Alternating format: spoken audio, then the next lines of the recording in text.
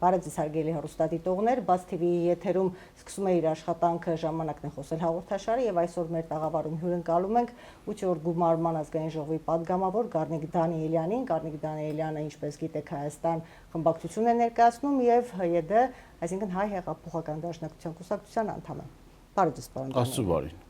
Նախ շնորհակալ եմ, որ այսօր ժամանակ եք տրամադրել ինձ համար։ Պարոն Դանիելյան, որքան էլ ուզենք թե չուզենք, բայց պիտի այսօրվա թոփ թեմային անդրադառնանք, անկախ նրանից դա կրթական հիմք ունի թե չունի, այսուհանդերձ։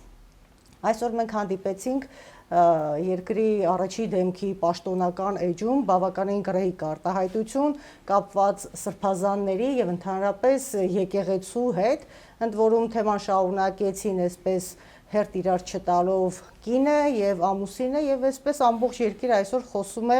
այն մասին, թե ինչ է կատարվում, ինչու են թիրախավորվել եկեղեցու անդամները, ընդհանրապես ինչու է այս ամենը։ Արդյոք սա ուղղակի փոխհրաձգություն է բարոյականության սահմանը անցնող, թե սա կոնկրետ սպառնալիք է, որ եթե չդադարեք պայքարը իմ դեմ, ապա կբացենք բոլոր փակագծերը եւ այն կոմպրոմատը, որը ունենք յուրաքանչյուրի դեմ, կբացենք եւ կհանդրայնացնենք։ Նախ մեկ անգամ եւս շնորհակալ եմ հրավերի համար, ուրախ եմ, որ ձեր տաղավարում եմ գտնվում։ Ես չեմ համարի սա ինչ որ գիտեք ինչ, սա սովորական մի գրառում չի, որ այնքան գռեհիկ է, որ անգամ դուք չեք կարող մեջբերել, թե ինքը ինչ ասել։ Ես էլ եմ ինքս դժվարանում մարդիկ կան, որոնք ինձ զանգում են օտարի երկրյա մեր հայրենակիցները, եւ ես էլ եմ դժվարանում ասեմ են ինչ որ ինքը ասել է։ Ես մի բան կարող եմ ասել, իրանց իշխանության գալուց հետո իրենք ամեն կերպ թիրախավոր են հայ առաքելական Սուրբ եկեղեցի։ Նոր Հայաստան, նոր հայրապետ, այնուհետև դրանից հետո հաջորդել է տարբեր հոգևորականների թիրախավորումը, նրանց կապելով այս կամ այն երկրի ագենտ շպիոն լինելը, իրենց կապելով տարբեր սկանդալների հետ, կոռուպցիոն, սեռական բնույթի եւ այլը, հետո դրանից հետո հայտնի Խաչերի իր այսպես կոնցեպտներ, որ ասում էր, ես խաչերից պիտի ձերբ ազատվենք, ճանապարհի վրա խաչ, գյուղում խաչ, որտեղ գնում ես խաչ, վզին խաչ եւ այլը, ու այսպես շարունակ, այս շարքը շատ երկար կարամ խոսեմ սրա մասին, բայց այդ գռեհիկ արտահայտություններից առաջ էլ հետաքրքիր մի հայտարարություն արվեց իր թիմակիցների կողմից, հետո շարունակվեց, որ եկեղեցին ճուլան է, իսկ եկեղեցու սրբազան հայրերն էլ ճուլանապետ էր։ Սա էլի բոլոր սահմանները անցնել էր նշանակում եւ այնուհետեւ հաջորդեց իր այսպես կոչված ամբարո ստատուսը, որը էլի շոկի մեջ գցեց մեզ բոլորից։ Սկզբից ես կոնկրետ ինձ թվում էր, թե դա ընդհանրապես կամ էջն են կոտրել կամ ինչ որ մեկի սարկածն է, բայց հետո էլի իրար հետևից գրվեցին ողորմելի մի ստատուսներ, դրանից հետո իր կինը սկսեց ինքը նաև միանալ իր կողակիցն է, զուգընկերն է, ինչն է, չգիտեմ։ Իրեն եւ սենց մի խայտարակ իրավիճակում ենք մենք հայտնվել, որից որ օգտվում են մեր թշնամիները, ադրբեջանցիները, այսինքն ադրբեջանցիները այս օրերի ընթացքում ասում են, որ տեսեք դուք մեզ եք ասում, որ եկեղեցիներն եք ավիրում, ինչ որ մեր սրբություններն եք պղծում, դուք եք ձեր սրբությունները պղծում։ Ես նայում եի ադրբեջանցիների գրառումները եւ իրենց մեդիա դաշտը, հետեւյալ բնույթի էր, որ մեզ էլ չմեղադրեք, որովհետև դուք ձեր սրբավայրերը չեք կարողանում պահել, դուք անարգում եք սրբավայրերը, դուք պղծում եք սրբավայրերը, ձեր եկեղեցականներ չեն եւ դուք իրավունք չունեք մեզ մեղադրելու նրանում, ինչու որ դուք ըստ ձեր ղեկավարի ցնծություն էր, էֆոյրիա էր իրենց մոտ։ Հաստատ անմիջապես արձագանքել են, առիթից օգտվել են։ Առիթից օգտվել են եւ դրանից առաջ Ադրբեջանի հոգևոր առաջնորդը Շեյխ Ուլ Իսլամ, եթե չեմ սխալվում, ուրեմն հետեւյալ գրառումներ արել, որ տեսեք Էջմիածինը դա հայերինը չէ, այսինքն ինքը դրանից առաջ էլ ինքն էր թիրախավորել հայ-առաքելական Սուրբ եկեղեցին, այնտեղ գիտեք մեզ համարում են ոչ թե որ մենք 301 թվականին ենք ընդունել, դա ալբանական եկեղեցիներ է եւ այլ, այսինքն ես ինչի համար եմ այս ամեն ինչ ասում։ Սա ունի կոնկրետ պատմություն է ամեն ինչը եւ կարծեք թե Նիկոլ Փաշինյանը սինխրոն Ադրբեջանի հետ այսպես ասած ճակատամարտ է մղում, կռիվ է տալիս հայ առաքելական Սուրբ եկեղեցու դեմ եւ ես համոզված եմ, որ ինքը այդ կռվում պարտվելու է եւ ջախջախից պարտություն ա կրելու, որովհետեւ եկեղեցին անկախ ամեն ինչից դա մեր սրբությունն է, եթե անգամ մարդիկ էլ կան, որոնք որ ինչ որ մի հատվածում սայթակել են կամ ոչ հարիր են իրենց պահել, դու թիրախավորես եկեղեցին եւ նման բառապաշարով հանդես գաս, դա սրբապղծություն է իմ համար։ Պաստորեն դուք բացառում եք այն տարբերակը, որ պարզապես մեր վարչապետը էմոցիոնալ է, անզուսպ արտահայտություն է արել եւ այլն, այսինքն սա գիտակցված մոտեցում է եւ ոչ միայն այսպես խրախուսելով Ադրբեջանի մոտեցումները, այլ նաեւ ներքին պարակտում առաջացնելով, ել ավելի խորացնելով բևեռացումը հանրության մեջ, որը կար առանց այդ էլ եւ հիմա արդեն ժողովրդին բաժանելով ոչ միայն նախկինների եւ ներկաների, այլ նաեւ եկեղեցուն վստահող հավատացողների եւ նոսրացնել այդ շարքերը հավատացողների։ Դե ես ձեզ թվեցի այդ շարքը, կարող եմ էլի արտահայտություններ թվել, ոնց են ավազանի անուններով դիմում սրբազաններին, մականուններով դիմում սրբազաններին, ասում որ Էջմիածինը դա կոլա ֆանտածախելու տեղը, այսինքն գազավորված ըմպելիքներ եք վաճառում դուք այդ եք, այսինքն արժեզրկման process-ը դեր վաղուց է սկսել եւ սա պատահական չի, դրա տրամաբանական շարունակությունը է, էլի որ նույն սրբազան պայքարի շրջանակում թիրախավորում էր Բագրատ սրբազան, ասելով որ իրեն երեխաներ ունի, իր երեխաները բանակից ազատել է, չգիտեմ միլիոններ կանադա, ամբողջը կեղծիք, սուտ էլի անբարոյականության գագաթնակետ, լիքը էլի շատ բաներ կա ասելու, բայց ես չեմ ուզում այս եթերում կարանք անverջ խոսանք, այսինքն ես ամփոփեմ իմ միտքը, կոնկրետ սա պլանավորված թիրախավորում է ԿՊ խմբակի կողմից եւ սա պատահական չէ։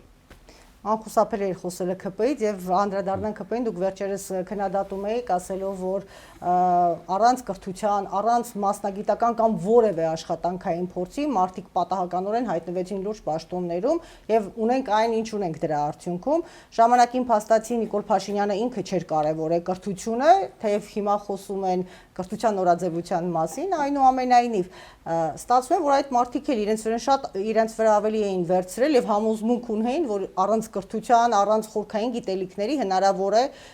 լուրջ աշխատանքներ, պաշտոններ զբաղեցնել, կառավարման գործունեություն ծավալել։ Արդյունքում մեր իրավիճակը հայտնի է բոլորիս, բայց հետաքրքիր է այն է, թե արդյոք պետք չէ սահմանել որոշակի կրթական եւ մարդկային ու մասնագիտական բարոյականության չափորոշիչների մեջ տեղավորվող մի ցենզ, որին պիտի համապատասխանեն բոլորը, ամբողջ կառավարման մարմինը եւ ոչ միայն կառավարման, ընդհանրապես իշխանությունը, ընդդիմադիրները, դատական իշխանությունը եւ այլն, ընդհանրապես պետական գործիչը պիտի որոշակի ստանդարտ պահանջներին համապատասխանի, թե ոչ մեր երկրում կամ կարող է լինել նման նախաձեռնություն։ Նախ բարձր պաշտոնյաները պիտի եւ կրթական ցենզ ունենան եւ իրենք համապատասխանեն իրենց պաշտոնին, այսինքն չպետք է էլի օրինակ ամենայն հարգանքով ես էլ եմ պատմաբան, բայց օրինակ պատմաբանը չի կարող լինել երկրի պաշտպանության նախարարը, այսինքն դա իր մեջ պարունակում է որոշակի գիտելիքներ, մասնագիտական կարողություններ, կամ առողջապահության նախարարը, կամ չգիտեմ, օրինակները շատ են, էլի կարամ ասած երկար թվեմ, թե որ այդ բոլոր նշածս մարդիկ իրենց պաշտոնին համապատասխան չեն, իրանք կոնկրետ այդ ոլորտում կրթություն չեն ստացել։ Կրթությունը պետք է լինի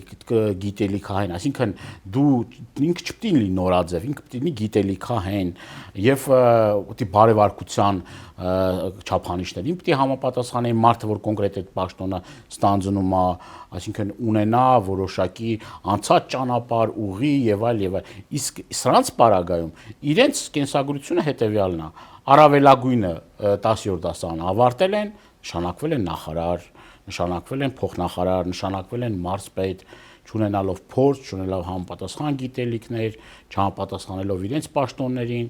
եւ այնպիսի մի իրավիճակ է ստեղծվել, երբ որ մարդը չիմանալով ինքը որտեղ է հայտնվել, ինքը նաև չի կարող նորմալ կառավարիչ լինել։ Ինքը դու պետք է համապատասխանես այդ պաշտոնին։ Եվ հայտնի մի ասացված կար, ասում էր, եթե դու ուզում ես քանդես ավիրես պետական համակարգը, ուրեմն պաշտոնների նշանակեն մարդկանց, որոնք որ իրենց պաշտոնին համապատասխան չեն։ Այսինքն իրենք այդ գործին կարող չեն եւ դրանով կարող ես պետական համակարգը փլուզես եւ իրենք առաջնորդվում են այդ սկզբունքով։ Եվ այն հայտնի խոսքը, որ պոլիփետլնի մերել լինի, կապ չունի այդ մարդը համապատասխանում է, թե չի համապատասխանում։ Ամբողջ իրենք էլ են, չէ՞, արդեն ընդունում 7 տարի նույն դասարանում։ Նույն դասարանում ենք մնաց, հետո գետներն են եւ այլ, նույն կրթական հաստատություններում, ի՞նչ է հիմա կատարվում կրթական հաստատություններում։ Մարդիկ են բերում նշանակում կրթական համակարգում, որոնք որ կրթության հետ կապ չունեն, որոնք որ այդ ճանապարհը չեն անցել, այսինքն չեն դասավանդել եւ այլ ու բերել են դրել են, հետո ինչ են անում, եթե յուրային չի, մրցույթով չի անցնում, մրցույթները ձգձգվում են, կարող է 15 անգամ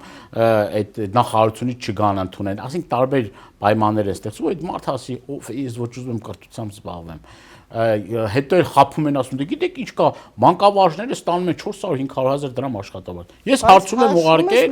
70-80%-ը 100,000 դրամը չի անցնում։ Ախր այդ մարդիկ մեր կողքն են, այդ մանկավարժները մեզ հետ կապի մեջ են,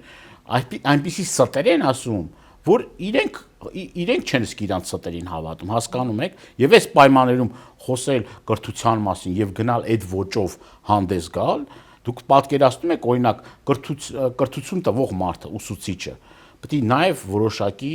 վարքականոն ունենա, չէ, որոշակի դրես կոդ ունենա եւ այլ, այսինքն հագնելուց, կապնվելուց եւ այլ է, շատ բան է, բայց ասենք դուք տեսնում եք ինչ իրավիճակ է մեր երկրում, ինչ հագու կապով են գնում եւ ինչպես են հանդես գալիս։ Այսինքն ստացվում է, որ կրթությունը նորաձև է, սա ամենևին էլ կրթության մասին չէ այս նախագիծը, որով շրջում են հայ երկրորդ։ Նախընտրական շոու է, դա կրթության հետ կապ չունի, հետո կրթողները պետք է այդ համապատասխան դրա այդ պլան կանոնին անկրթելու էլի։ Ստացվում է, ով շարունակի շատ ավելի լավ եւ համոզիչ խփել, դա էլ կշարունակի կառավարել երկրում, որովհետեւ դրա դիմաց, հա, սուտի դիմաց, ճիշտ է միշտ ուժած է լինում, շատ ավելի քիչ վկաներ ուներ։ Իհարկե, որպես կանոն։ Եթե սկանդալներից եւ այս նմանատիպ բամբասանքային թեմաներից դուրս գանք, ես կուզենայի հասկանանք տնտեսական զարգացման առումով ինչ ունենք այսօր ձեր գնահատմամբ։ Դուք վերջերս խոսում էիք գյուղատնտեսության զարգացման անհրաժեշտության մասին, որովհետև այսօրվա պայմաններում այն տենդենսներում, որով առաջնորդվում է այսօրվա իշխանությունը, ի վերջո մենք Թուրքիայի էժան լոլիկով վերջնականորեն կտապալենք մեր գյուղատնտեսությունը եւ կկանգնենք մի կողմի վրա։ Ընդհանրապես տնտեսության զարգացման առումով ինչի հնարավորություն ունենք եւ ինչ պիտի անենք առաջին հերթին, որ կարողանանք մերը պահպանել։ Տեսեք, ես երկար ժամանակ, երկար տարիներ գյուղատնտեսության ոլորտում շատ պատասխանատու պաշտոններ եմ զբաղեցրել, մասնավորում ոչ պետական եւ ինչ էր մեր ստրատեգիան, մեր ռազմավարությունը, որն էր տեղական շուկան ապահովելուց հետո մենք արդեն մեր հարևան երկրների արդեն շուկան ենք, այսպես ասած, մեզնով անում եւ ամբողջությամբ օրինակ Վրաստանի շուկան ամբողջությամբ մեր արտադրանքներ եւ ունեինք մեր ռազմավարությունը, մեր պլանավորած սցենարները, թե ինչպես են շուկայում մեզ դրսևորում եւ այլը։ Հիմա ինչ է կատարվում։ Այս պահին Հայաստանը հայտարարել է, որ ինքը ուզում է լինի խաղաղության խաչմերուկ։ Հիմա ոչ այդ խաղաղությունը կա, ոչ այդ խաչմերուկը կա։ Անկամ այն ճանապարհը, որը որ ռազմավարական նշանակության ճանապարհ է եւ մեզ համար անչափ կարեւոր է Վրաստանով դեպի Ռուսաստան, այդ ԵԱՏՄ շուկան, գիտեք, եւ Բացյան շուկան շատ կարեւոր է այդ ճանապարհի անխափան աշխատանքը։ Այսօր մեր ուրեմն խաղաղագործները եւ տարբեր տնտեսվարողներ, ոչ միայն խաղաղագործները, ջերմոցային տնտեսության աշխատողները փաստի առաջ են կանգնել, որ չեն կարողանում իրենց բեռները տեղափոխել։ Անկամ Հայաստանը չի կարողանում Վրաստանի հետ հարցեր լուծել։ Անկարող է, ի վիճակի չի։ Բարելավել է, ինչ է։ Իրենք ասում են մենք ռազմավարական դաշնակիցներ ենք, մենք ունենք փայլուն հարաբերություններ, մենք ունենք ստրատեգիական հարաբերություններ, ոչ մի ժամանակահատված sense հարաբերություններ չի եղել, բայց ես ուզում եմ հիշեցնել ձեզ, որ ոչ մի տարի մենք սենց կատաստրոֆիկ վիճակում չենք հայտնվում, երբ որ համենայն դեպս տնտեսվարողներն էլ են դրա մասին ասում, երբ որ արդեն շուրջ ամիս ու կես եւ ավելա մեր հայկական կոնյակը, որը որ տարանցիկ բերա, չի կարողանում հասնել ուրեմն Բալթյան երկրներ եւ ԵԱՏՄ շուկա։ Եվ խնդիրը միայն Վրաստանն է, թե այլ խոչընդոտներ են կան ճանապարհին։ Կոնկրետ այս բանի խնդիրը Վրաստանն է, բայց մեր տնտեսությունը ինչի համար եմ ես սրանից խոսում։ Այսինքն եթե մենք քանի որ գյուղացին է դրա հետ կապված, այսինքն գյուղացին հիմա խաղողի այգիներ ունի, ճիշտ է։ Այդ խաղողի այգիները պետք է քանդի, որովհետև այդ գործարանը չի վերցնելու այդ խաղողը, ինքն էլ փաստի առաջ է կանգնելու։ Դրանից առաջ էլ նախկին էկոնոմիկայի նախարար կար, եթե որ գյուղատնտեսությունից խոսում էր, ասում էր գյուղատնտեսությունը չի կարող գյուղատնտեսությամբ զբաղվի գյուղացին, թող գա քաղաքում ասֆալտ անի։ Եվ հետո այնուհետև դրան հաջորդեց հայտնի այն միտքը, որ մենք ադրբեջանցիների թուրքերի հետ պետք է անհապաղ սկսենք առևտուրը, այսինքն փակենք, վերացնենք, կործանենք մեր գյուղատնտեսությունը, թե բան ենք անում, թուրքերի ադրբեջանցիների հետ առևտուր ենք անում, թուրքական իհարկե, բայց սա ազգային անվտանգության խնդիր է, եթե դու չես կարողանում այս ռազմավարությունը, այս մարտավարությունը ճիշտ առաջ տանես, կախվածության մեջ ես ընկնում երկրներից, կապ չունի այդ որ երկրներից, առավել ևս թշնամական երկրներից, դու արդեն ինքնուրույնությունը կորցնում ես, դու դառնում ես անողնաշար երկիր, քո պարենային անվտանգությունը չես կարողանում լուծես, եթե դու չես կարողանում լուծես, քո պարենային անվտանգության հարցը արդեն թշնամիների ձեռքում է ալնում։ Եվ ինչ լուծեն ինչպես կուզենան։ Եվ ինչ են ասում ադրբեջանցիները։ Ադրբեջանցիներն ասում են մենք գնանք արևմտյան Ադրբեջան եւ այնտեղ ուրեմն խոսում է 300,000-ից ավելի ադրբեջանցիների ստեղ գալը, իրենք ստեղ տարբեր բնակավայրերում ունեն հաշված իրենց ինչքան մարդ պիտի բնակվի Տավուշում, Սյունիքում, Գեղարքունիքում, Կոտայքի մարզում, այլուր բոլոր տեղերով պլանավորած ունեն եւ իրենք գնում են այդ ճանապարհով։ Իսկ սրանք ամեն ինչ անում են, որպեսզի ադրբեջանցիները հայտնվեն Հայաստանում եւ անկախության հռչակագիր սահմանադրություն ուրանալով, ազգային արժեքներն ուրանալով, պատահական չէ նաեւ եկեղեցին թիրախավորելով, սա իրար հետ փոխկապակցված մի շղթա է։ Պարոն Դանիելյան, այն որ իշխանությունը իրապես այդ ճանապարհով է գնում, թերևս արդեն նորություն չէ ոչ ոքի համար, բայց այսուհանդերձ հետաքրքիր է մեկ այլ մոտեցում, որպես պատմաբան, կարծում եք ինչու այն պայմաններում, որ ղեկավարությունը, իշխանությունը կարծես չի հակազդում ադրբեջանական, թուրքական թեզերին եւ մոտեցումներին, ինչու բոլոր պատմական մակարդակով պատմաբանները, մասնագետները չեն հակազդում համարժեքորեն։ Ինքը ամենամեծ ջանասիրությամբ, մեծ եռանդով ԿՊ-ն իր ամբողջ ֆրակցիայով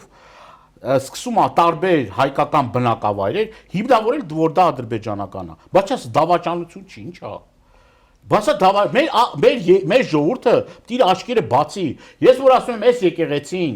հայկական եկեղեցին 7-րդ դարի եկեղեցին դուք տալիս եք թշնամուն այդ տարածքը, դա ինչի համար եմ ասում, որ չի կարող այդտեղ լինել 7-րդ դարի եկեղեցի եւ դա լինի ադրբեջանական, չի կարող դա լինել։ Այսինքն այդ մարդիկ պիտի պատմություն կարդան, այդ ոյաժներ են անում, գնում են եվրոպական երկրներ այստեղ այնտեղ։ Իտալիայում Կոլիզեի վրա որի երկրի քարտեզն է դրած։ Աշխարհում մի քանի երկրի քարտեզն է, մեկն էլ մեր երկրի քարտեզն է։ Հայաստանի քարտեզն է։ Իսկ տգետների մի խումբ կա, ընկել այս մի տգետի հետ, այս գլխավոր պատուհասի հետ, ասում է, գիտեք ինչ կա, դե հայկական չի, դուք էլ բան եք ասում, ռևանշիստ եք։ Այն մարդիկ, որոնք որ կարճած են իրանց հող ու ջրին, սիրտը ցավում է, չեն կարող հանդուրժել, ասում է ռևանշիստ եք։ Մենք մերի տերն ենք, մենք ռևանշիստ չենք։ Արցախը դա հայկական է, ուղն ու ծուծով, իր պատմամշակութային կոթողներով, ասում է չուլաների եք վերածել։ 300-ից ավել եկեղեցի, ով է նվիրաբերել ադրբեջանցիներին։ Այդքան քաղաքներ, ավաններ, այդքան շեներ, ով է նվեր տվել ադրբեջանցիներին։ Որ հիմա էլ ադրբեջանցիներն էլ ասում են, գիտեք ինչ կա, տեսնում եք ձեր ղեկավարը ինչա, ասում է չուլաների եք վերածել ձեր եկեղեցի։ Մեզ եք ասում, որ մենք պատմամշակութային կոթողներ ենք անում, դուք եք այդ պատմամշակութային կոթողները ավիրողներ։ Այսինքն լեզու են դնում ադրբեջանցիների բերանը, լեզու են դնում եւ որ բան անում, ասում մի հատ էլ այսօր այս մի քանի օր առաջ բան է, չէ, Երևանյան հեռանկարների ժամանակ ասում է Ադրբեջանն ասում է աչք ունի, ասում է մեր տարածքների վրա, բայց մենք հուսով ենք, մենք համոզված ենք, այ անողնաշար։ Հուսովը համոզվածը որն է։ Դու ինչ կեցվածք ես դրսևորում, գնացել էր Տիրանա, չէ, Ալբանիայում։ Տիրանը ինչ էր անում, կոֆե էր դնում Ալիևի մոտ, Էրդողանից էլ ցուցումներ էր ստանում։ Դրանից առաջին Էրդողանի գիրկը պինդ գրկել էր, որ Էրդողանը ասում էր, բանի Էնվերի Թայլաթի հոգին փառավորվեց, որ ասում է էթնիկ զտում ցեղասպանություն արեցինք Արցախում։ Բա մարդ ողնաշար չունենա, բա երկրի ղեկավար այսքան փալաս լինի։ Լավ, ինչպեսին պիտի լինի երկրի ղեկավարը, որ Տղամարդ պետք է լինի, ես հողու ջրից կարճած մարդ լինի, Սիրիա ամեն սանտիմետրը, մենք ղեկավարներ ենք ունեցել։ Լուսահոգի մեր Վլադիմիր Մովսիսյանը։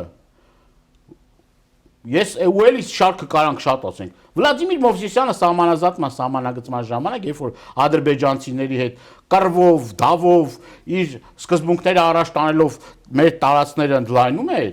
երբ որ ադրբեջանցիները գերի վերցրեցին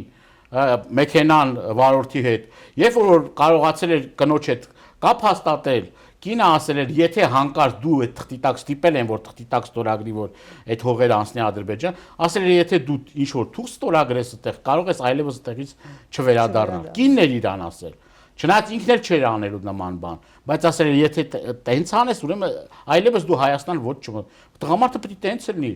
Տղամարդ պետք է սկզբունքներ ունենա, տղամարդ պետք է արժե համակարգ, նամարդ երկրի ղեկավար նման բառապաշարով հանդես գալու, թիրախավորելով ամեն ինչ, ազգային արժեքները,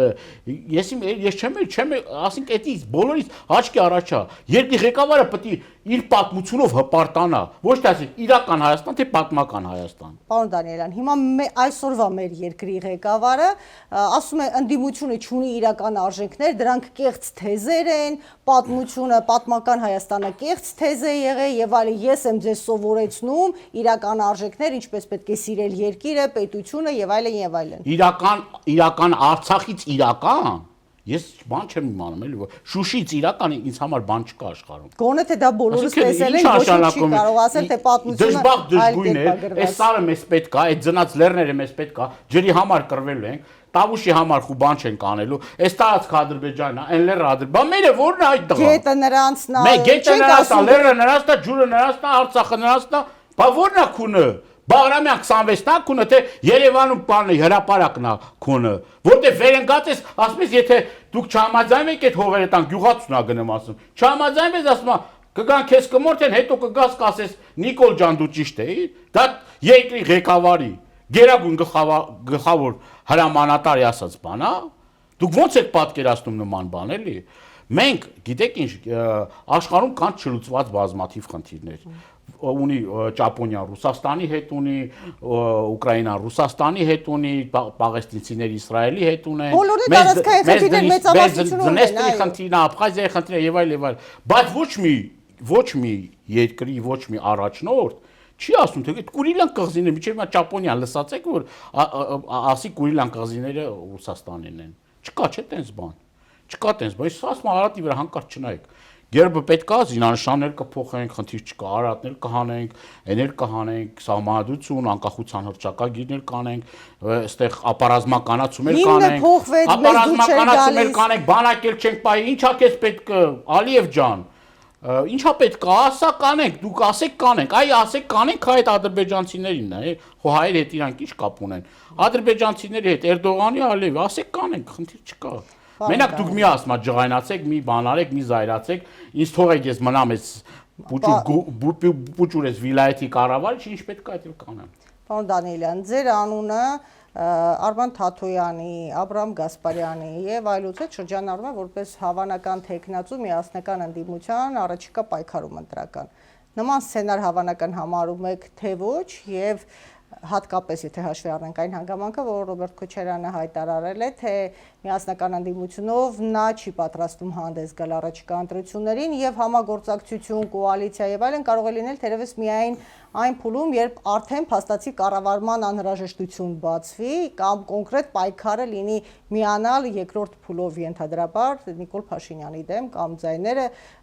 շատ ավելի ունենալու համար։ Տեսեք, դժվար է մեկ հարկի տակ, ցանկալի կլներ, որ ընդդիմությունը միասնական ցուցակով հանդես գար, դա ամենալավ սցենարը կլներ այդ իմ պատկերացումն է, էլի, բայց նախագահ Քոչարյանն էլ ասի, որ որոշակի անհնարինություն կա։ Ոչ թե չի ցանկանում, այլ անհնարինություն կա որոշակի, որովհետև այդտեղ կան ամբիցիաների հարց եւ այլ։ Ես չեմ ուզում դրա վրա շատ խորան, բայց ես մի բանի վրա եմ ուզում։ Վերջը քվեչը կորցնելու խնդիրը էլ կա, չէ՞, ամեն մեկը իր համակարգի։ Այս վերջերը շատ է քննարկման առարկա դարձել դա։ Ես ուզում եմ մեկ անգամ եւս հիշեցնել։ Մենք կողմ ենք եւ ամեն ինչ անելու ենք, որ Նիկոլ Փաշինյանի հետ չլինի այդ ընտրությունները։ Այսինքն բանը չհասնի ընտրությունների։ Բայց եթե գա հասնի եւ հնարավոր չլինի միջև այդ Նիկոլ Փաշինյանին հեռացնենք, ես հուսով եմ, որ դա կլինի, հեռացման process-ը կլինի։ Բայց եթե չլինի, ստիպված ընտրությունների են գնալու, այսինքն եթե 1-2 ուժ էլ չգնան ընտրությունների կամ 5 կամ 10 մասնակցեն, անգամ 5-6 ուժ էլ մասնակցեն, այդ ընտրությունները համարվելու են լեգիտիմ։ Ոչ մեկ չի ասելու, եթե դու չես մասնակցել, ուրեմն լեգիտիմ չի, ճիշտ կարողանանք էլի մեր հեռուստատիտողին ներկայացնել։ Իսկ ինչ վերաբերում է հետընտրական process-ներին, կոալիցիայի անհրաժեշտություն ինձ թվում է լինելու է, որովհետև մեկ ուժ ի վիճակի չի այս պահի դրությամբ եմ ասում 50+1 հավաքելու։ Դա ոչ ընդդիմությունը կարա դժվար է լինելու, էլ, այսինքն այս պահի դրությամբ ես չեմ տեսնում 50+1 հավաքող ուժի։ Պարոն Դանիելյան, արդյոք կարծում եք, լավ, հարցը այսպես ձևակերպենք, գործող սահմանադրությունը եւ ընտրական կարգը գրվեց Սերժ Սարգսյանի համար, օգտվեց Նիկոլ Փաշինյանը փաստացի։ Ինչ կարող ենք անել կամ ինչ պետք է անենք, կամ արդյոք որևէ բան պիտի անենք, որ հաջորդ իշխանության եկողը չկարողանա այսպես իրանով անել ամբողջ համակարգը եւ անմահացնել իր իշխանությունը։ Արդյոք այդ 50+1-ը, որ այսօր ազգային ժողովում խմբակցության մեծամասնություն է ստեղծում եւ այլևս որևէ ուժի հետ հաշվի չի նշում։ Շատ ճիշտ եք ասում, ապագա կառավարությունը պետք է լինի կոալիցիոն կառավարություն, ապագա կառավարությունը պետք է լինի կարողների կառավարություն, ապագա կառավարությունը պետք է լինի մարդկանց պետք է այդ նախարարական պորտֆելները զբաղեցնեն այն մարդիկ, անկախ իրենց կուսակցական պատկան, որոնք ունեն այդ կարողականությունը, գիտելիքներ, փորձ, ուրեմն այդ չափորոշիչներին համապատասխանում են, մաքուր մարդիկ լինեն, ազնիվ մարդիկ լինեն, երբեք կոռուպցիոն սխեմաների բանի մեջ չհայտնված չլինեն, որովհետև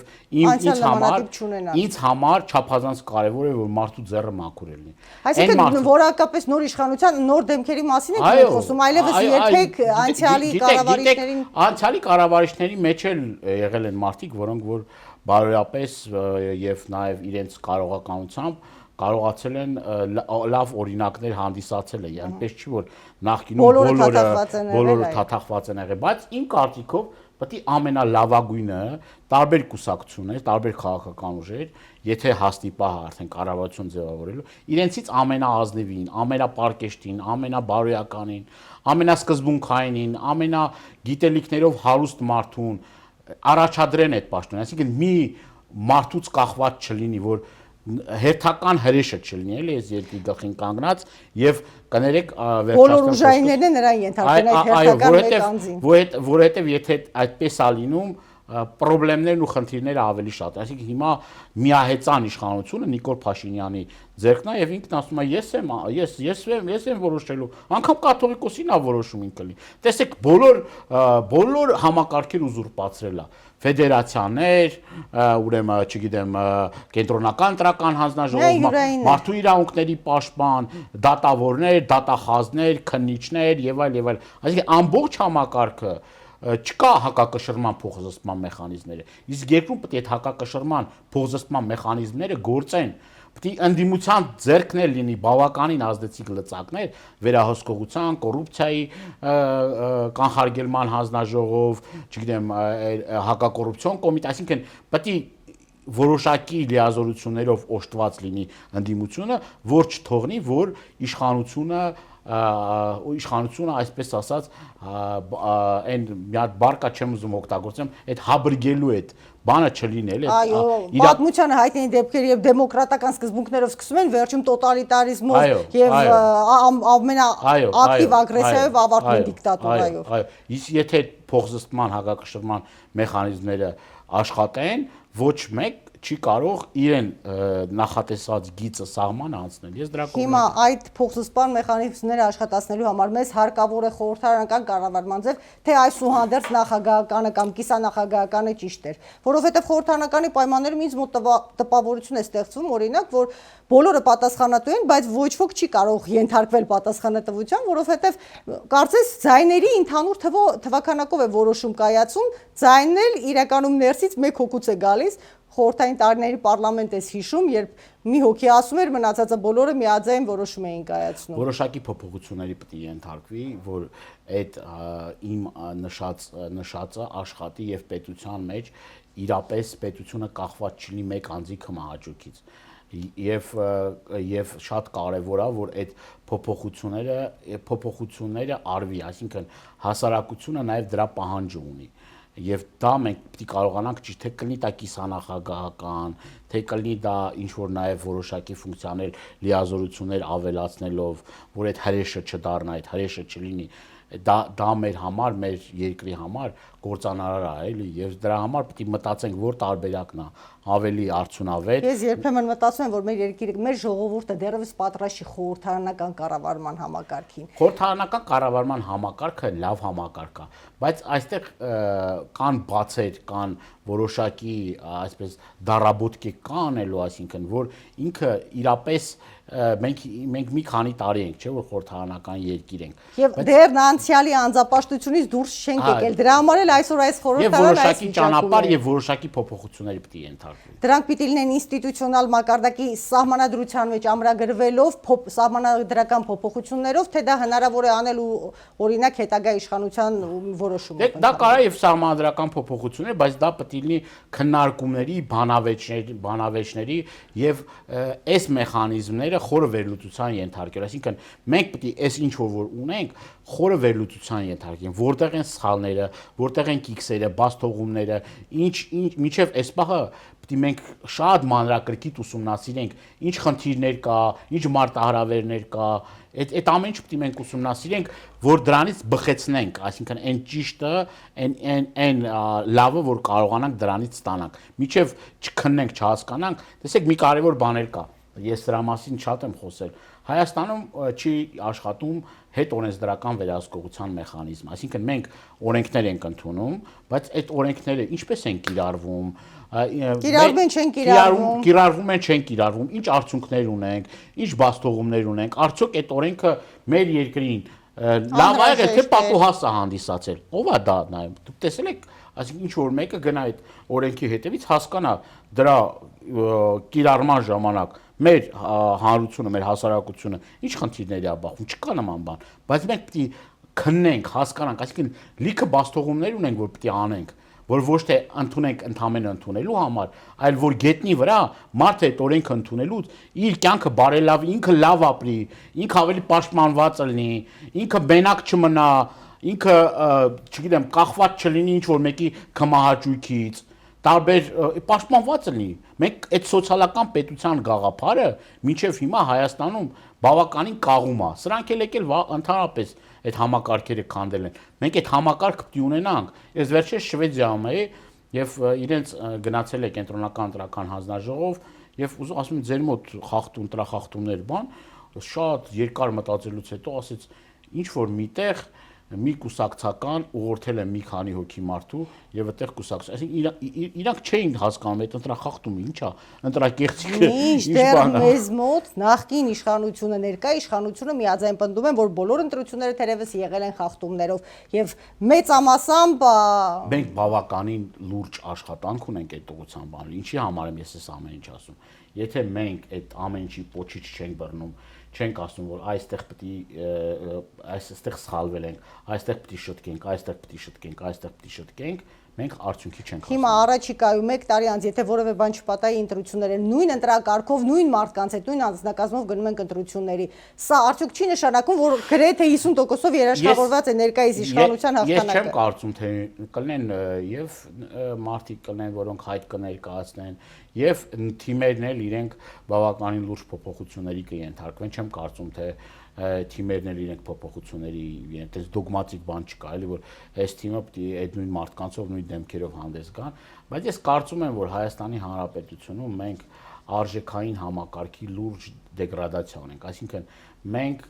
այդ արժեքային համակարգի մասին մենք պիտի մտածենք ինչ ենք փոխում մենք, ինչ ենք ֆունդամենտալ փոխում, ինչ ենք անում, ախր մենք եկել ենք հասել այն ամենա ասենց պլինտուսից ներքև, երբ որ մտածում ենք, որ այլևս դրանից ներքև չենք կարող լինենք, բայց արի ուտես որ ելնում ենք։ Ես ոչ միայն այսօրվա օրինակով եմ ասում, շատ բաներ կա, որոնք որ, չգիտեմ, մենք երբեք չենք պատկերացրել, որ կարա հայ մարդ, այսինքն ես չեմ երբեք պատկերացրել, որ ես Հայաստանի Հանրապետություն ստիպված կլինեմ պայքարելու հայկականությունը պահելու համար։ Դա ես մտածել եմ, որ ասենք գաղութներում այդ խնդիրը կա, ասենք չգիտեմ, ուրիշ երկրներում կա, որ մենք հայկական պետականություն չի կարա տենց խնդիր լինի, բայց արի ու տես այդտեղ պիտի պահես էդի, որովհետև վարի են գնում։ 30 տարվա մեջ մեր կողքին գտնվող Ադրբեջանը կարողացավ այնպիսի հայատյացություն սերմանել, քարոզել մանկամսուրից սկսած երեխաների մեջ, որ այսօր անհաղթահարելի է ուղղակի ադրբեջանցու եւ հայի շփումը, առավել եւս այս տարածաշրջանում, իսկ մենք 30 տարիներին միայն կորցրեցինք արժեքներ եւ որևէ ճանապարհ, ասում ենք, չգիտենք ինչպես վերականգնել, գոնե կարող ենք թե նայել օրինակը ինչպես են սովորացրել ատել, մենք էլ սովորենք գնահատել, արժևորել իրական արժեքները, որովհետև վերջի առանց մարդկային մասնագիտական նորմերի բարոյականության, ինչքան էլ գիտելիք ունենաս, միևնույն է ինչ որ մի պահի անելու ես այն, ինչը հանուն չէ, այլ իմ համար, իմ գրպանի կամ իմ շահի համար է։ Դուք տեսել եք, ես ամբողջությամբ համաձայն եմ ձեզ, դուք տեսել եք այս նոր կրթական ծրագրերը, դասագրքերը բան։ Այսինքն ես համեմատում եմ մեր տարիների կրթական ծրագիրը ու հիմիկվա ծրագիրը, ես սարեր ձորեր են, այսինքն այս ինչ ենք մենք կրթում մեր երեխաներին։ Օրինակը կարդում ես, զարմանում ես, լավ, այս ինչ խնդիր է, որ տված է, այս ինչ համեմատականներ, ալեգորիաներ են գնում, այս ինչ ենք սովորացնում երեխայի հերոսական էջերը որ կան 90-ականների, որ փառավոր հաղթանակները որ կան, այդ պատմության արդյունքն են, ասենք այդ պատմությունը այդ մարդկանց մեջ սերմանվել է հայ ժողովրդի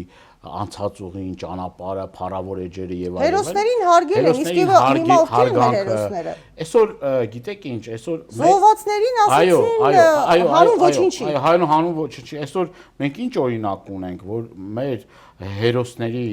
ծնողներին եռաբլուրում քաշ են տալիս, խոշտանգում են, ոստիկանների վերաբերմունքը իրենց նկատմամբ, ասենք այդ մեծարելու, այդ հարգելու, այդ պաշտելու այդ գործընթացը որ կա, երկրում ամենահարգված, ամենապաշտելի մարդիկ լինեն այդ հերոսների ծնողները, այդ ընտանիքները, իրենց ժառանգները, հատուկ ակնածանքով պիտի վերաբերվել այդ մարդուն։ Ես հարևան Իրան էի վերջերս եւ հետո հայ համայնքի հետ որ հանդիպեցի, ասեց Հոմենին ասեց, գիտեք որ գալիս է հայերի տները այցելում, որոնք որ իրենց կյանքը տվել են Իրանի պաշտպանության գործում եւ համբուրում է այդ հերոսների ծնողների ձեռքը եւ նրանց երախտիկի խոսքը ասում, այսինքն մեծարման երախտիկի խոսքը հնչում անգամ ուրիշ երկրներում, ոչ միայն Իրանում, այնինքն մարդը մեծագույն փառքի պատվի արժանանում, բայց եթե մենք դա չկարողանանք սերմանել մեր մատաղ սերնդի, մենք ոնց կարող ենք պաշտպանված լինել։ Եթե այսօր կուրքը հարուստն է, փողատերն է, ես չգիտեմ ինչն է, երբ որ դպրոցներում այսքան թմրանյութեր են շրջանառվում, ես դրա մասին բազմաթիվ անգամներ ասել եմ, մի քանի օր առաջ եմ ելույթ ունեցել, դրանից առաջ եմ ասել։ Այս խայտարակ վիճակ 4 ամիս շարունակ ցածր դասարանի աշակերտին հետապնդել են, թմրանյութ են ստիպել, որ օգտագործի, հետո իրենից շորթել են։ Հիմա այդ մարդիկ ասում են, ինչը մի հատ sense խոսք կար, ես անցած անգամ ասացի, խրատական աշխատանքներ են։ Բարոյախրատական աշխատանքներ են տանում։ Կամ ասում են մենք դեռահասին չեն կարող հոգեբանական տրավմայի ենթարկել պարտադիր հետազոտություններ անցկացնելով։ Ուրեմն ամեն տեսակի տրավմայի կարող ենք ենթարկել նրան դարձնելով կախյալ, կործանել վերջնականապես եւ այլն, բայց հետազոտություն անցկացնելու համար այնպիսի տրավմա կարող են ունենալ երեխաները, որ դա անհաղթահարելի լինի։ Դպրոցի պատվաստումը պարտադիր հնարավոր էր, բայց սա հնարավոր չէ պարտադիր։ Տնօրենի ուսուցչի մոտը սիգարետ են օգտագործում, ծխում են, իրենց, չգիտեմ, շատ վատ են պահում, այսինքն ոնց եկանք հասանք դրան, ոնց կարա նման բան։ Ընդ որում բոլոր ոլորտներում մեր ժամանակ երբ հասանք որ սրան։ ուսուցիչը մեզ խրատում էր, պատժեր արժանացնում, մենք վախենում ենք, որ մեր տանը կիմանան դրա մասին, որ մենք խանգարել ենք դասական բան ենք արել։ Մի հատ է տանը պատժի կարժանանանք, ասում ենք հանկարծ խնդրում ենք, որ հանկարծ չիմանան մեզ ներեք եւ այլն, որովհետեւ ոչ թե մեզ այնտեղ ասելու են, բակի այդ քու ուսուցիչը այդ ի՞նչ ա քեզ ասել, այլ մի բան էլ մեր ականջներն են ոլորելու, ասել են, այսինքն մենք բոլոր առումներով արժեհամակարգային անկում ունենք եւ սա պետք է կասեցնենք, սա պետք է մեր երկիրը պետք է լինի ազգային պետություն, իր գաղափարախոսությամբ, իր ուսմունքով, իր արժեհամակարգով։ Այ կարևորագույն թերևս վերջին հարցը, արդյոք մենք չի պիտի խորքային պետության գաղափարով ուղենիշ ունենանք բոլոր կառավարությունները, ինչ կոնկրետ նպատակների պիտի ծառայեն իրենց ամբողջ գործունեությամբ եւ բոլորը պիտի պատասխանատու լինեն։ Պետական բարձր պաշտոններ զբաղեցնող մարդիկ պիտի ֆիլտրերով անցնեն, այսինքն չպիտի պատահական մեկը գա օրինակ կրթությունով զբաղվի, գա պաշտպանությունով զբաղվի, գա անվտանգությունով զբաղվի։ Պիտի այդ մարդիկ այդ ֆիլտրերով անցած եւ այդ խորքային պետության գաղափարով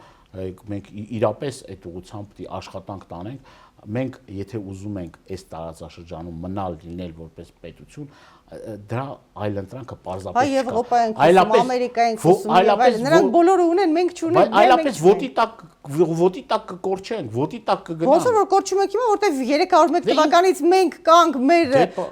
պատմությունը սկսվել է, բայց Ադրբեջանը այսօր շատ հանգիստ համոզում է հակառակը, որտեվ նրա ձեռքին գումարն է եւ կամքը։ Իսկ մենք գումարը թեև ունենք կամ չունենք, դա կարևոր չի, կամք չունենք ամենաառաջինը։ Մենք գումարել կարանք ստեղծենք, մենք ամեն ինչ ցանկության դեպքում ամեն ինչ հնարավոր է, ոչ մի խնդիր չկա։ Ես նորից եմ կրկնում, բայց եթե մենք սենց հոժարական բացում ենք մեր դարպասները, թուրքերին, ադրբեջանցիներին հրավիրում ենք, ասում ենք, «Էստի համեցեք»,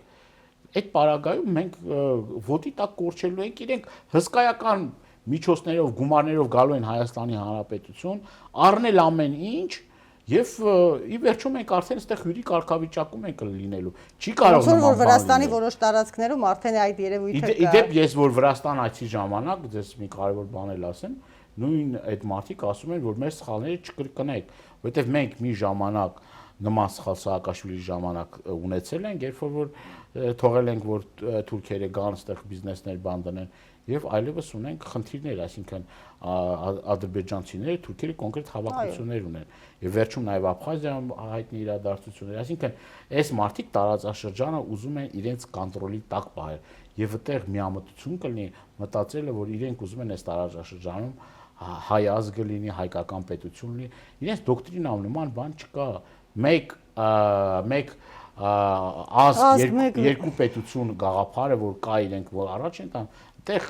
Հայաստանի տարածքի առումով էլ հարց չկա, դա իրանց դե ի սկզբանե եւ դրա մասին են բացեբաց իդեպ նաեւ իրենց երեխաներին դաստիարակելուց կրթելուց ասում են որ այս տարածաշրջանում հայերը եկվոր են, էս են, են, այստեղ մենք եսի ինչ են, քոչվոր մի ազգել չենք եւ իսկ այս իշխանությունները ինչ են անում, ասում են մոռացեք ամեն ինչ, պատմություն, գրականություն, բան, ոչ մի բան, սաղ կեղծա, սաղ բանա, կեր խմի քեֆ արա, էտա եղունգունես գլուխդ քորի, որտեղ հաց ընդեղ կաց, կայֆեր արա, բան արա, կներեք ես արտահայտության համար, բայց ասում են կյանքդ լիարժեք ապրի, ոչ մի բանի մասին մի մտածի։ Թմրանութը լի է, խաղամոլությունը արդեն, չգիտեմ ինչ Աշճանի ասել որ խաղամոլության խնդիրները թերևս մեր հաջորդ թեմայի հանդիպման թեման։ Իմիջիալոց նաև էս վերջում էս դժբախ պատահարը ինչից էր եղել խաղամոլությունից որ հորը սեփական հորը դանակահարել էր։ Խայտարակությունը սենց չեն կարա շարունակենք։ Սենց չի կարա շարունակվի բանը։ Պարոն Դանիելյան, մի քանի ուղղակի շատ կարճ պատասխան անվտանգային առումով, որովհետև տարբեր կարծիքներ են շրջանառում, մենք էլ սովորել ենք, որ Նիկոլ Փաշինյանը եթե ասում է ինչ-որ մի բան չի լինելու, դա անպայման լինում է, եւ հիմա հասկանանք այն, որը հայտարարում է անընդհատ պատերազմ չի լինելու, խաղաղություն է լինելու։ Պատերազմ լինելու եթե ոչ, ով է մեր երաշխավորը իրականում ունենք կամ պիտի գնանք արտաքին քաղաքականության վեկտորը նաեւ անվտանգության հարցերի առումով որ կողմ պիտի ուղենք ըստ ձեր անձնական կարծիքի, ոչ խմբակցության, ոչ կուսակցության։ Տեսեք, էդ էլ թույլ կարծիքա, որ մենք խաղաղության մեջ ենք ապրում։ Ես Տավուշից եմ եւ բարբերաբար Տավուշում կրակում են եւ որևէ փշալար չի պահելու, այսինքն ճշնամին ավելի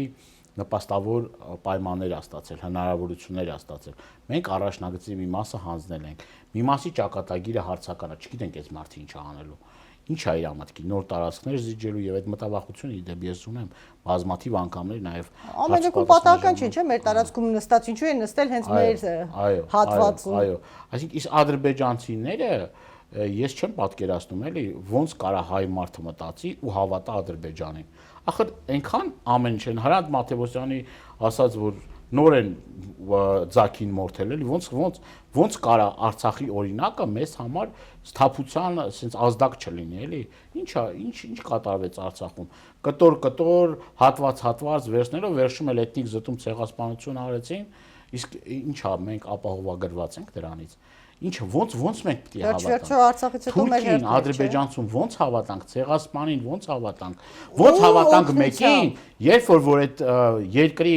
ուրեմն հատուկ նշանակության ջոկատի անդամը ֆիթնես տրեյները մարդու գլուխ է կտրում եւ Ռուսաստանից իրեն էքստրադիցիա են անում հերոսացնում Ռամիլ Սաֆարովներին են հերոսացնում վաղը միսօր հայ մարդը կարելի է Ռամիլ Սաֆարովի հետ կողքի ապրի ոնց ապրի կողքի խաղաղ հայ զինվորին հայ սպային գլխատող մարդու հետ ոնց կարա հայ մարդը ապրի ոնց կարա ես չեմ կարողանում հասկանալ դա եւ չի կարա դա իսկ ինչ մնում անվտանգության երաշխիքներ Հայաստանը պիտի լրացուցիչ անվտանգության բարձիկներ ունենա եւ այդ անվտանգության բարձիկները կարա լինի Իրանը Ռուսաստանը Հնդկաստանը ինչ որ առումով նաեւ Չինաստանը այսինքն այն պետությունները կարան լինեն որոնք որ այս պան-թուրքական գաղափարախոսությանը ծրագրերին դեմ են ըստ իս դրանք Իրանը ես կոնկրետ գիտեմ որ այդ ծրագրերը իր պետական շահերին չի համապատասխանում որովհետև իրենք էլ ունեն խնդիր գիտեք որ Ատրպատական նահանգի խնդիրը կա այսինքն այդ առումով մեծ բնական դաշնակից կարա լինի Իրանը Հնդկաստանը որը որ Պակիստանի հետ ունի վատ հարաբերություններ Պակիստանը բացարձակ ռազմավարական առաջին կարգի գործընկեր Ադրբեջանի Թուրքիայի համար Հատի դրա համար էլ ասում եմ Հնդկաստանը հակառակը մեզ հետ ունի բավականին Եվ քանի որ այս պայմաններում վերջերս ամսի 28-ին շնորհավորում էր Տրամպը Ադրբեջանի նախագահին իրենց անկախության օրվա առիթով եւ շեշտադրվել էր հատուկ այդ շնորհավորական ուղերձում որ Իսկն ժամանակն է խաղաղության պայմանագիրը ստորագրելու կարծում եք ստորագրված խաղաղության պայմանագիրը կարող է երաշխիք լինել պատերազմի բացակայության համար թե սա ուղղակի կլինի հերթական թղթի կտորը որը կարելի է շրջանցել բոլոր դեպքերում Նախ դա